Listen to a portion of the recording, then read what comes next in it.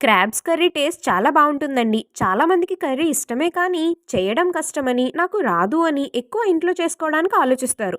ఈ వీడియోలో పీతలు అసలు ఎలా బాగు చేసుకోవాలి దగ్గర నుండి, కర్రీని టేస్టీగా ఎలా ప్రిపేర్ చేసుకోవాలి వరకు నీట్‌గా అన్నీ ఎక్స్‌ప్లెయిన్ చేస్తాను. పీతల్ని బయట నుండి తెచ్చుకునేటప్పుడే వీటికుండే పెద్ద కాళ్ళని తీసేసి తెచ్చుకోవడానికి ట్రై చేయండి. ఒకవేళ ఉన్నా కూడా పర్లేదు. స్ట్రాంగ్‌గా దేనితో అయినా గట్టిగా కొడితే ఈ కాళ్ళన్నీ విరిగిపోతాయి. పెద్ద కాళ్ళకి కొంచెం ప్రాసెస్ కానీ, చిన్న కాళ్ళు బానే సెపరేట్ అయిపోతాయి. ఇలా కాళ్ళని తీసేసాక ఈ పీతకి ఒక లాక్ లాగా ఉంటుంది. అది తీసేసి పీతని 2 కింద ఓపెన్ చేసి కొంచెం పార్ట్ ఉంటుంది. అది మాత్రం తీసేయాలి ఖచ్చితంగా. అండ్ తర్వాత దీన్ని సగానికి కట్ చేసుకోవాలి. అలా అన్నీ కూడా కట్ చేసాక వీటిని అండ్ కాళ్ళని శుభ్రంగా వాటర్‌తో వాష్ చేసుకోవాలి.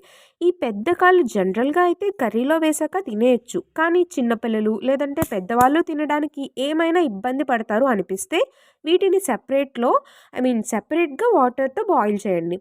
చేసి లోపల పార్ట్‌ని విడిగా తీసి కర్రీలో వేయండి. లేదంటే అలా కాళ్ళని వేసేయొచ్చు డైరెక్ట్‌గా కర్రీలో.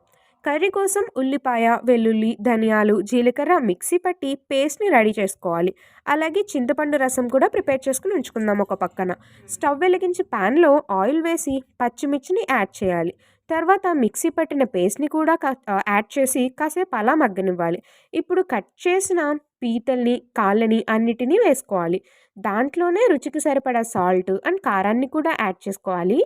ఇప్పుడు చింతపండు రసాన్ని కూడా యాడ్ చేసి ఫైనల్‌గా కొత్తిమీరని కూడా ఇందులో కలిపితే యాడ్ చేయాల్సిన ఇంగ్రీడియెంట్స్ అన్నీ యాడ్ చేసినట్టు.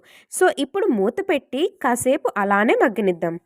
సో, ఒక 20-30 మినిట్స్ తర్వాత మనం లిడ్ ఓపెన్ చేసి చూస్తే మన సూపర్ టేస్టీ పీతల కర్రీ రెడీ అయిపోతుంది.